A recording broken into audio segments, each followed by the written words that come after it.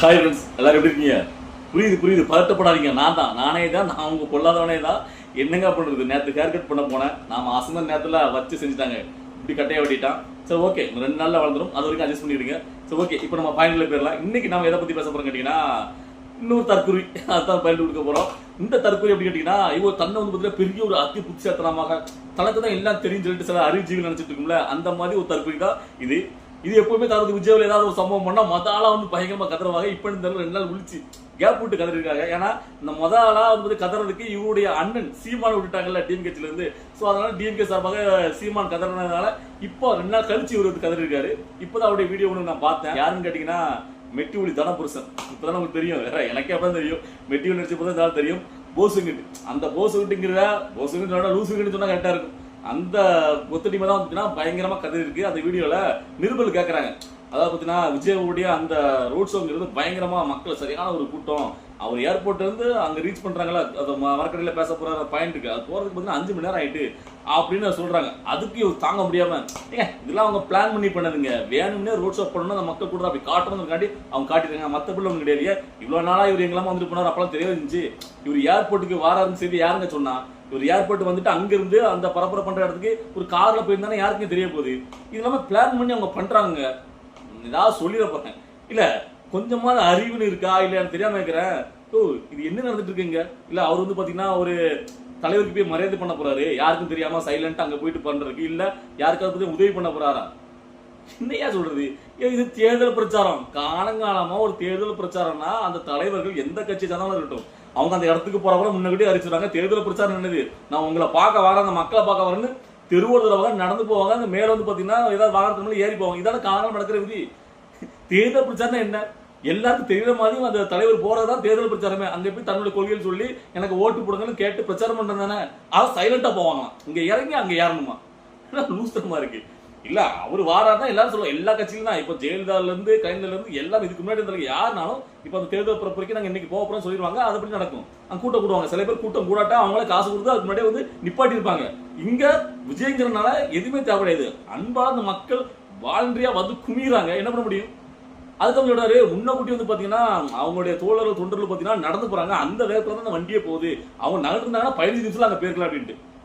இங்க வச்சுக்கிட்டா வந்து 4 பேரா நகர்ந்து முன்னாடி போயிட்டு இருக்கான். எப்ப நீ நகர்ந்து போனா வண்டி எடுத்து போறேன்னு இருக்கு.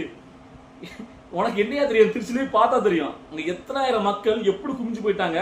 அது எப்படி வர முடியும்? அங்க டிராபிக் அவ்வளவுக்குள்ள டிராபிக் ஆகுது. சோ அவர் வேற வழி இல்லாம அவ்வளவுக்குள்ள பொறுமையா நடந்து போயிருக்கு. அங்க வந்து வண்டி அப்படியே ஓட்டி போயிருக்காரு. அந்த டிரைவர் தான் பாராட்டணும் உண்மையில. ஏன்னா உள்ள நீங்க பாத்தீங்கன்னா கொஞ்சம் வேகம் பண்ணா கூட உள்ள வந்து பைக்ல வந்து வந்துருவான், உள்ள நடந்து போற வந்துருவான். சோ ரொம்ப சேஃபா யாருக்கு எதுவும் ஆயிடக்கூடாதுன்னு அவ்வளவுக்குள்ள பொறுமையா போயிருக்காரு. அவர்கிட்ட வேண்டுதலா இவ்வளவுக்குள்ள பொறுமையா அவர் சொன்னது எப்பவுமே விஜயவால ஒரு விஷயத்த சொன்னார்னா அதை கரெக்டா முடிக்கணும் நினைப்பாரு. நீங்க பாருங்க, 4 மணிக்கு பேச 4 மணிக்கு ஸ்டார்ட் பண்ணிடுவாரு. அதே மாதிரி 10:45 சொன்ன மாதிரி இன்னைக்கு ஆரம்பிச்சு நானே நினைச்சிருந்தேன். அப்ப அவ்வளவுக்குள்ள, அதாவது அங்க வரதுக்கு 3 மணி ஆயிருக்குன்னா அப்ப எவ்வளவுக்குள்ள அவருக்குன்னு சாப்பிட வைக்க பொறுமையா அவ்வளவுக்குள்ள வந்திருக்காருன்னா அந்த அளவுக்கு மக்கள் உள்ள வந்து உள்ள பாக்குறாங்க, வாகனத்து கிட்ட போக பாக்குறாங்க, முன்னாடி வராங்க, உள்ள வராங்க, யாருக்கு எதுவும் ஆயிடக்கூடாதுன்னு அவ்வளவுக்குள்ள பார்த்து வண்டியை கொண்டு போனாங்க. இவரு ரொம்ப தெரிஞ்ச மாதிரி இத்தனைக்கும் நல்லா புரிஞ்சிருக்கும். வாகனத்து மேல அவர் ஏறல, தெரிஞ்சுக்கல. அவர் தலையை காட்டினா இதோட பயங்கரம் இருந்தா அவரு தான் உள்ள. அதுவும் இல்லாம போலீஸ் யாருனே கண்டிஷன் போட்டாங்க, நீங்க வெளியில தலையை காட்ட கூட. அதனால பாத்தீங்கன்னா உள்ள உட்காந்து போறாரு. இல்ல இன்னொரு புத்தாத்திரமா இந்த என்ன சொல்றாங்க கேட்டீங்கன்னா, அதாவது நீங்க என்ன பெரிய கடவுளா? உங்களை பார்க்க தானே இருக்காங்க. நீங்க வந்து என் கண்ணாடி திறந்துதான் உங்க முகத்தை காட்டினா என்ன, உங்க கண்ணை நோண்டிடுவாங்களா, அவங்க கணத்தை பிடிச்சி கிளிவாங்களா? நீங்களும் பார்த்தீங்கன்னா நார்மல் பீப்புள் தானுங்க, அது எப்போ உணர போறீங்க அப்படின்னு பயங்கர புச்சாத்தனமா ஏதாவது சொல்லிடுவேன் எனக்கு. அதாவது கண்ணு தெரியுமா தெரியாத லூசு கேட்டுக்கு. அவர் கண்ணாடி திறந்து அங்க இருந்து அவருடைய ஃபேன்ஸ் ஒருத்தங்க ஒரு கூலிங் கிளாஸ் கொடுக்குறாரு. அதை போட்டுட்டு எப்படி நல்லா இருக்கான்னு பார்த்துட்டு திருப்பி கொடுக்குறாரு. ஒருத்தர் வாழைத்தரத்துக்கு கொடுக்காங்க. ஸோ இப்படி அன்பளிப்பா மக்கள் கொடுத்து வாங்கிட்டு அவங்க பேசிட்டே தான் போறாரு. அதுக்காக ஃபுல்லாவே திறந்து வச்சுட்டே அவர் போக முடியுமா? நான் கேட்கறேன். எங்கெங்க திறக்கணும் மக்கள் விரும்புறாங்க, பார்த்துட்டு போறாரு. ஏதோ பார்த்தீங்கன்னா அவர் வந்து பார்த்தீங்கன்னா பெரிய கடவுள் மாதிரியும் அவர், அதாவது அந்த மக்கள் இருக்காங்க ரசிகர்கள் தோழர்கள் பத்தி அவங்களை கொண்டாடுறாங்க. அந்த மாதிரி நினைச்சுக்கிட்டு கொண்டாடுறாங்க சில பேர். அவர் என்னைக்குமே தன்னை ஒரு பெரிய அப்படிலாம் நினைக்கவே இல்லை. அந்த மனுஷன் அப்படி தற்பரமா கிடையாது. இப்ப இந்த போஸ் கேட்னா 2 படம் ஓட்டிட்டு வச்சுக்க, பெரிய நான் தான் பெரிய டைரக்டர் எனக்கு தான், இந்த மாதிரி தற்கொலை அவர் கிடையாது. அவரு விஜய் அவர் பார்த்தீங்கன்னா தன்னை பத்தி தெரியும், இந்த உலகத்துக்கு தெரியும், ரொம்ப ஹம்பிளான ஒரு பர்சன். ஆனா அதை புரிஞ்சிக்காம ஏதோ வந்து பாத்தீங்கன்னா விஜய் அவர் ரொம்ப ஹெட்வெயிட்டா இருக்கிற மாதிரி. இல்ல 2 படம் நடிச்சு நீயே இன்னமே பேசும்போது அந்த மனுஷன் இருக்கலாம், தப்பு கிடையாது. ஆனா அப்படிப்பட்டவர் கிடையாது. அதான் நான் சொல்ல வரேன். விஜய் அவர்கள் தன்னை வந்து பாத்தீங்கன்னா எப்பயும் பாத்தீங்கன்னா ஒரு பெரிய ஒரு அப்படிலாம் நினைக்க கிடையாது. சாதாரண பர்சன். கியூட்டா அவர் நடத்துற எல்லா ஃபங்க்ஷன்லயும் அவர் மக்களுடன் பழகுற விதத்துல பார்த்தாலே புரியும். அதனாலதான் மக்கள் அந்த அளவுக்கு ஒரு அன்பு செலுத்துறாங்க. இங்க வேற யாருமே எவ்வளவு உச்சத்தில் இருக்கலாம். நீங்க சில பேர் கூட சொல்லுவீங்க, அதாவது அஜித் குமார் வந்து இவ்வளவு கூட கூட்டம் கூடும், இதோட பயங்கர கூட்டம் கூடுன்னு. அதாவது இளைஞர்கள் இருக்காங்கல்ல, இதே மாதிரி கூட்டம் கூடலாம். ஆனா சின்ன குழந்தைகள் இருந்து பெண்கள் இருந்து பெரியவங்க வரைக்கும் இவ்வளவுக்குள்ள ஒருத்தரை பார்க்க நிக்கான்னு கேட்டீங்கன்னா எனக்கு தெரிஞ்சு அது விஜய்க்கு மட்டும் தான். எம்ஜிஆர் கூட சின்ன குழந்தைங்க வருவான்னு சொல்ல முடியாது. ஆனா சின்ன குழந்தைங்கள்ல இருந்து பெரியவங்க வரைக்கும் ரொம்ப ரசிச்சு ரொம்ப அன்பை கொட்டுற ஒரு ஆள் கேட்டீங்கன்னா அது விஜய் விஜய் விஜய் மட்டும் தான். அதெல்லாம் யாரையும் மாற்றிக்க சொல்ல முடியாது. என்ன நீ பேசுறீங்க? அதனால தான் பார்த்தீங்கன்னா உங்களுடைய அதை நீங்க முட்டு கொடுக்குற கட்சியை பயந்து போய் நிற்குது. இப்போ சீமானெலாம் காலத்தில் இறக்கி விட்டு எதிர்த்து விமர்சனம் பண்ணி இருக்கிறாங்க. அதான் காரணம். எதை இவரு பார்த்தீங்கன்னா புதுசாக தூக்கிட்டு வந்துட்டு அதான் பார்த்தீங்கன்னா இப்படி பண்ணிருக்கலாம், அதை அப்படி பண்ணிருக்கலாம். ஏன் ஒரு பார்த்தீங்கன்னா ஒரு மைக்கு கூட சரி பண்ணிக்க தெரியாதா? ஏன் நீ வந்து நின்று பாரு, உங்க கட்சி தான் நீங்க முட்டுக்கிற கட்சி என்னென்ன பண்றாங்க, இதுல எவ்வளோ பண்ணலாம். உங்க ஆளுநர் தான் பார்த்தீங்கன்னா கரண்டை கட் பண்ணி விடுறாங்க. அவர் வந்துட்டு இப்போ எல்லாருக்கும் தான். இப்போ எதிர்கட்சியா இருந்தா எடப்பாடி பழனிசாமி வந்து பார்த்தீங்கன்னா தேர்தல் பிரச்சாரம் பண்றாரு. அவருக்கு ஏதாவது இடத்துல பண்ணீங்களா? அவருக்கு ஒண்ணு பண்ணீங்க, இந்த ஆம்புலன்ஸை உள்ள விட்டீங்க, அதையும் இங்கேயே இறக்கிட்டீங்க. அதை பத்தி பேச யோக்கியமா அதை பத்தி பேச பார்க்கலாம். உனக்கு அதை பத்திலாம் பேசுறதுக்கு தைரியம் கிடையாது, மிச்சம் கிடையாது. நீ ஒரே அடியா முட்டு கொடுக்குற வந்துடணும். உடனே விஜய் எதை பண்ணாலும் உடனே முட்டு. இவரு தன்னை ஒரு புதுச்சாலியா நினைச்சுக்கிட்டு இல்ல இந்த லூஸ் கிட்ட மாதிரி ஆட்களை எனக்கு பார்க்கும்போது என்ன தோணுன்னு கேட்டீங்கன்னா ஒவ்வொருத்தரையும் ஒவ்வொரு மாதிரி தோணும். இந்த மாதிரி ஆட்கள்லாம் பாத்தீங்கன்னா அதாவது இந்த தற்கொலைத்தனமா இந்த முரட்டு முட்டா, அதாவது நம்ம ஒரு அடிமையா இருக்கிறதே தெரியாம எனக்கு தெரிஞ்சு இனிமே அடுத்தாப்புல அவங்களுடைய குடும்பத்துல திமுக வாரிசுகள் யாரு தான் தெரியாது கத்தாப்புல எல்லாருக்கும் போயிட்டு காலில் வந்து ஐயா ஒருத்தருக்கு முன்னாடி ஒரு பேட்டி ஒன்று கொடுத்துருப்பாரு.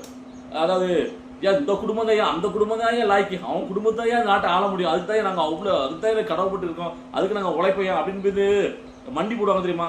அந்த மாதிரி தான் இந்த போஸுங்கிட்டு திமுக தான் எப்பவுமே ஆளணும். திமுக ஆண்டதான் நாடு நல்லா இருக்கும். ஏதாவது சொல்ல எனக்கு தெரியல.